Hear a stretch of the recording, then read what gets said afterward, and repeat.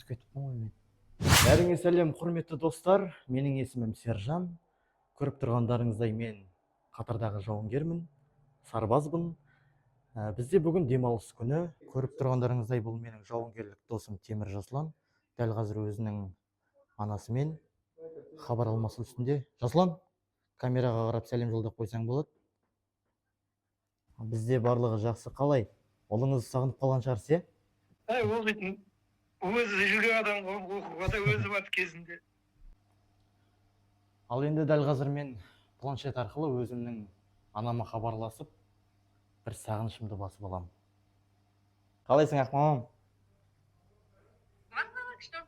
Қалай жағдай? Шүкір, аман, өздеріңде қалай? Жүрегі, соғып тұрған жүрегім.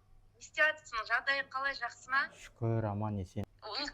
Магазинге кетті, қазір келеді. Қанша, 8-ге, 9-ға толып жатыр, 8-ге. 8-ге. Бүгін менің туған қарындасым, туған күн. Көріп тұрғандарыңыздай біз өзіміздің ата-аналарымызбен сөйлесіп, хат хабар алмасып, сағынышымызды бастық.